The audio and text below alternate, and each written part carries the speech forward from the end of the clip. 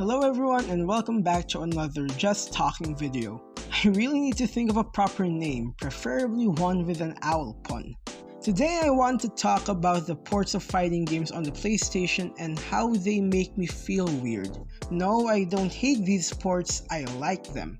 Without them, I wouldn't have been exposed to fighting games at an early age. I'm instead talking from a technical perspective, so let me try to explain. As most of you know, there are a lot of fighting games on the PS1 coming from different developers using different technologies. A common point of these games is that they were originally meant to run on arcade machines.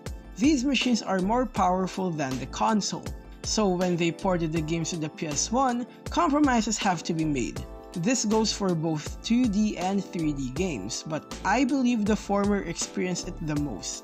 These changes are in a range. At the very bottom is the loading screens, which are inevitable thanks to the medium in which PS1 games are stored.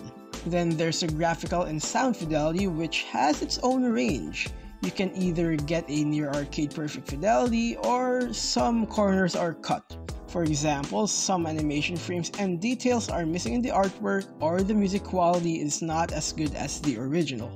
And then you have the big one, where not only the formers are present but they also change the gameplay due to the limitations of the system. The core mechanics and ideas are still there, but they are implemented in a different way than the original. It suddenly becomes an apples to oranges comparison. Yeah, they're technically the same game of the same genre, but the differences, the changes, are so evident that they might as well be considered new games. In reality though, they are viewed as the inferior version. Yes, I'm talking about Capcom's crossover games, which are probably the best examples of this scenario. For those who don't know, Capcom's crossover games are usually team-based games where a player controls two or more characters. The objective is to win a match with the team you have by making the best composition and using their skills to compensate for each other's weaknesses. Most of the game mechanics involves leveraging the team-based game design. So what did the PS1 port do? Well, they removed the team-based aspect, but they still kept the team-based design. Basically, you only control one character, but you can still do the crazy team-based attacks. You might be wondering, is this a bad thing and is it such a big deal? Honestly, I don't know if it is a big deal because it's easier to emulate the arcade versions nowadays. And maybe it's my PS1 biases talking, but it's really not that bad, but it is a bit disorienting. The best way to discuss this would be through examples, so let me present Marvel vs. Capcom, one of the most influential fighting games of all time. Marvel vs. Capcom is the byproduct of Capcom's continuous refinement of its mechanics, which started from X-Men vs. Street Fighter. And at the time, there's no game like this. It's a fast-paced fighting game that lets you duke it out with some of the classic characters from both brands. It wasn't Street Fighter, it wasn't Darkstalkers, and it definitely wasn't King of Fighters. It did a lot of new cool things at the time. It wasn't a single combat fighter. Your teammate can act as support or be switched to as your second playable character. It introduced crossover combination, which is basically a team hyper combo attack. And of course, the most well-known feature, the duo team attack, which lets you control your characters at the same time while having an infinite hyper combo gauge. It's these features which define the game, and it's such features that are being referenced and still influencing current modern day fighters. Sadly, for the PS1 port, this game is the best example of gameplay was changed thanks to the system limitations. Basically, you can still do all of this, but it's now a single combat fighter. And on paper, it doesn't sound like much, right? But when you're actually playing and comparing both versions, it can mess you up. Now, that doesn't mean f*** you Capcom. In fact, I still want to commend them because they tried their best to preserve the original concepts and ideas in the game.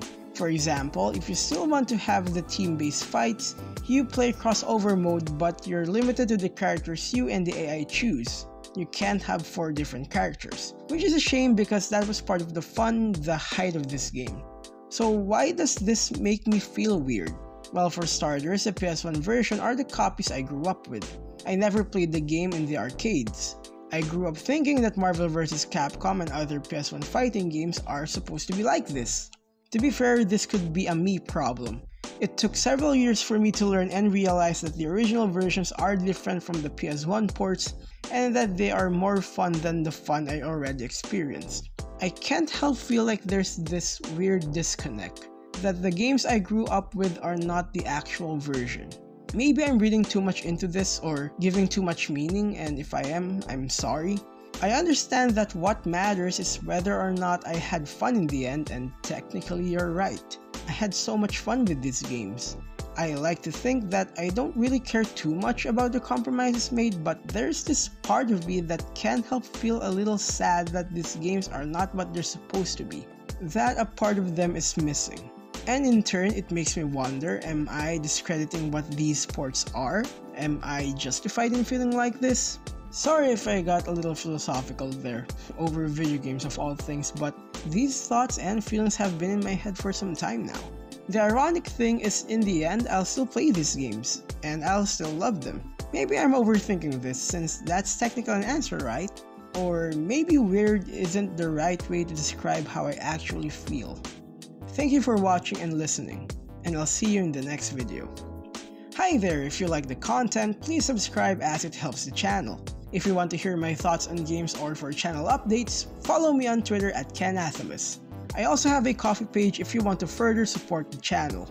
Ko-fi support will be used to further improve the technical aspects of the channel. Thank you for the support. Take care!